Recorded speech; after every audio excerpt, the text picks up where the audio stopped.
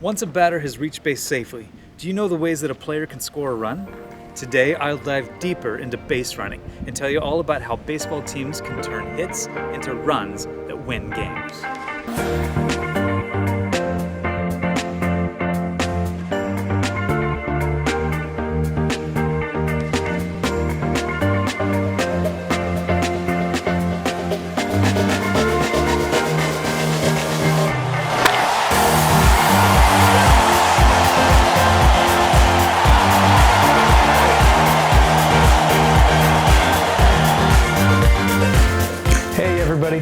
Thanks for joining me on my channel, Brutus on Baseball. In today's video, we're going to dive into deeper detail about base running scenarios. What is base running all about? And once a batter reaches base safely, how can that runner advance to the next base? And hopefully for him, make it all the way around the bases back to home plate to score a run. If you are new to baseball and this is your first time watching me, you may want to go back and look at some of my other videos where I talk about the general structure and rules of the game. And as I've said before, hit that like button on this video, check out my channel, subscribe it, look at my other links, and share this video with anybody that you think might like it. But for now, let's give the sign to move ahead and learn more about base running. Come on! Now technically, a batter becomes a base runner as soon as they've dropped the bat. But for the purposes of this video today, we're going to assume that the batter has already reached a base safely and now they've become a base runner. So what do they do to reach the next base? How do they actually wait for that to happen or choose for it to happen? So there's essentially two different choices that a runner can make. They can either decide to advance to the next base on their own, or they can choose to wait for the next batter to see what the next batter does. The first scenario we'll go over is when the runner decides to take the matters into their own hands and they've decided, I'm going to run on my own. The foundation of this, where it starts, is the leadoff. The leadoff is actually something that whether a runner has decided to run the bases on their own without waiting for the next batter, or if they're going to wait for the next batter, everybody takes a leadoff. And a leadoff is just a couple steps, usually 3 to 5 steps away from the base that you're on and toward the base that you're going to be running to. Now the whole reason for this is just to get a little bit of a head start. Now the pitcher can throw over to the base that the runner is on to try to get them out. It doesn't happen very often where they actually get an out, but it keeps them closer. And what this is called is a pickoff or a pickoff attempt. The pitcher can throw over to the base that the runner is on, and the runner has to dive back into the base and try to make it back to the base before the ball is in the fielder's glove and tags the runner. Now, if the runner is out here, then they leave the base paths, that counts as an out, and they're done. If they get back safely, they just take another leadoff for the next pitch. Now, the pitcher, once they've committed to throwing the ball to home plate, they have to follow through with that. They can't change their minds. If the runner decided to run the bases themselves, they can steal a base. What this means is as soon as the pitcher commits to going home, they can take off for second base. Now that pitch that was thrown can be hit by the next batter. And if that's the case, then everything that we're talking about is out the window and we have to readjust. But in this case, we're going to assume that the next batter does not hit the ball. He either swings and misses or he chooses not to swing. The catcher will catch the ball, and it's the catcher's job to throw the ball to the base that the runner is running toward.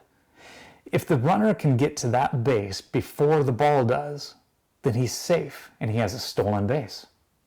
On the other hand, if the catcher is able to throw the ball and get the ball to the base, the fielder catches it and tags the runner before the runner touches the base, then the runner is out and he's been caught stealing. You'll notice that the runners usually, when they're stealing a base, will try to slide. And the purpose of this is to make themselves as small as possible and try to sneak their hand or their foot into the base, not giving the fielder much of a target area to tag. A little nuance of this is if you're going into second or third base trying to steal, you must stay on the bag. If you slide past the bag or if you accidentally get off the bag, the fielder can then touch you with the ball and you'll be out. Now, a runner can steal second base, third base, or even home. Typically, runners steal second base because that's the furthest distance for the catcher to make a throw to get an out. But the faster runners in the league can steal third base and sometimes do. Stealing home is really rare, but it can happen. The reason why it's so rare is, if you think about it, the pitcher is already throwing their pitch to home plate where the catcher is standing. So the catcher doesn't have to make a throw. All they have to do is catch the ball and apply a tag before the runner gets to home plate. This does happen occasionally, especially if the pitcher falls asleep or loses focus on the mound and doesn't keep track or pay attention of what the runner's doing. The runner can then make a clean break for home and try to get there before the pitch does. Now, Jackie Robinson was a player that used to play in the 1940s and 50s, and he's the guy that broke the color barrier that allowed African Americans to play in the Major League Baseball. He was notorious for stealing home plate, and this video is just an example of how he managed to do that. Jackie Robinson was known for being able to get on first base and create a run himself by stealing second, stealing third, and stealing home, all in one base running event. Let's say a runner does not steal a base. Is there still an opportunity to move up to the next base and advance? There is, for such things called wild pitches or passed balls. A wild pitch is a pitch that the pitcher throws into the dirt or really far away from the catcher that's not possible to catch. In this case, the runner moves up because the catcher has to go get the ball, and it gives the runner an opportunity to advance a base. A passed ball has the same result, but it's a pitch that actually should have been caught, but the catcher just missed it. And in this case, the same result happens. The runner moves up to the next base. Okay, we talked about what happens when a runner decides to steal a base on their own. But what if that runner has decided to just wait to see what the next batter does? Well, there's lots of different scenarios here, and this is where things get a little convoluted, so don't worry about it if you don't pick it up the first time, and feel free to go back over things again. So there's a number of things to talk about here, but the most important is where the base runners are. If there is a runner on first base, then they will be required to run some of the times. The reason for this is that if the batter hits the ball, for example, the batter needs to run to first base. You can't have two runners at the same base, so whoever is the runner on first base has to leave the base so that the batter has a base to run to. So let's get into this a little bit more detail. First scenario. Let's say the batter at the plate strikes out. He's out. The runners don't do a thing. They typically just stay on the base they're at. Next scenario. Let's say the batter walks or gets hit by a pitch, and they automatically get to go to first base. If you're a base runner and you're at first base, you automatically get to go to second base because you have to vacate that base for the batter to go to. If the same thing happens and there's a runner on second or third or even second and third, and there's a walk or a hit batter, you don't move, you don't do anything because the batter automatically goes to first base, and that doesn't impact you on second or third base. So let's talk about hits now. If there is a hit that happens in fair territory, there's a whole wide range of things that you can do as a base runner. First of all, let's think about whether there's a hit on the ground in the infield. Well, if you're on first base, like we said before, you have to vacate first base for the batter, so you have to run to second base. Now, under this scenario, you are forced to have to run. And what can happen is a fielder in the infield can field the ball and throw it to second base, and you will be out as long as the baseball arrives at the base before you do. No tag needed because you're being forced to run. The second baseman can just receive the ball and step on the base, and you are out. Now, let's say the same ground ball happens, but there's no runner on first base. There's just runners on second or third or both. You don't have to run when there's a ground ball. And again, that's because the batter will run to first base, and at second base or third base, you can just hold and see what happens. You're not being forced to run. Now, under that condition, if you choose to run, if you think you can make it to the next base, and the ball is thrown to the base you're running to, a tag will have to be applied to get you out. Since you're not being forced to run, there is no way to get you out by just touching the base when you have the ball. You have to have the ball and tag the runner at the same time. Next scenario. Let's say the ball is hit, but in the air. Under this scenario, no matter where you are, first, second, or third, you actually don't want to run.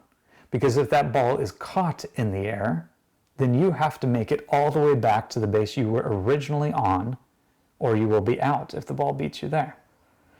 If the ball's hit in the air and you see that it's going to drop in the field without being caught, that's a different story. You can start running. Now, the other scenario is if the ball's hit in the air and it's going to be caught in the air. A runner can actually stay at the base that they are on. So a runner can stay on third base in this example, wait for the ball to be caught, and as soon as it's caught, they can take off for the next base if they think that they can get there in time. If they get there before the ball does, they're safe, and in this case, they scored a run. If the ball beats them there and a tag is applied before they touch the base, then they are out. Now, there's always some questions that come out, and my partner, she always has these, hey, hold on, what about moments? So I call this little segment Nina's hold on, what about moments? In this case, she was trying to understand when do you have to tag a runner versus when you don't have to tag a runner. And this question really comes down to whether the runner is forced to run to the next base or not. If they're forced to run because the bases behind them also have runners and the batter has to have somewhere to go, then that's called a force out if they get out. And in that case, a force out does not require a tag, only the ball and a foot on the base.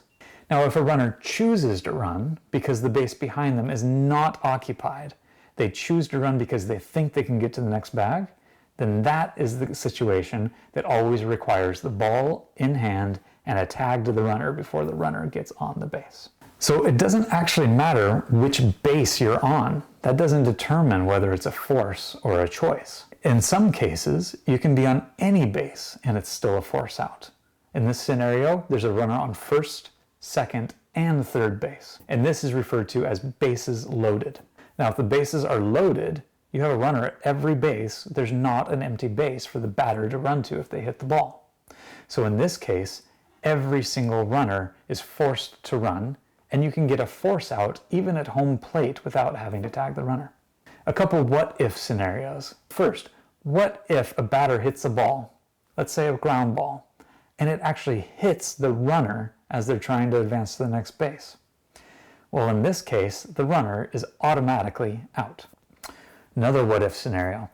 What if the ball hits the runner when it comes from a fielder's throw? So that means one of the fielders have actually picked up the ball, throwing to a base to try to get the runner out, and it hits the runner instead of getting to the base. In this case, the runner is safe as long as they're within the base path.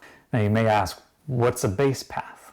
A base path is a little bit up to interpretation. It's an imaginary line that extends from the base that the runner was on to the base that they're running to. And as long as they don't deviate too far out of that base path, then they're safe within that base path if a thrown ball hits them. If they go well out of that base path, then they would be out if the same ball hits them. Actually, they don't even need to have the ball hit them. The umpire could just call them out for running out of the baseline. Here's a couple examples of videos where runners try to evade tags by going out of the baseline, or they try to get in the way of a throw by running really far inside or outside the baseline. And in these cases, the runners will be out. Thanks again for joining me to talk more detail about base running. I hope that this video got you to understand the nuances of baseball a little bit more, especially the base running and outs concept. It really gets confusing, so please feel free to go back and listen more if you need a little bit more clarity. You can also check out all of my other videos talking about the foundations of baseball and some of the other dynamics that are really important to understand if you really want to learn the game of baseball. Thanks again for watching. Hope to see you again soon. Of course, hit the like button, hit the subscribe button, check out my links and other videos. And for now, make it a great day and we'll see you soon. Take care.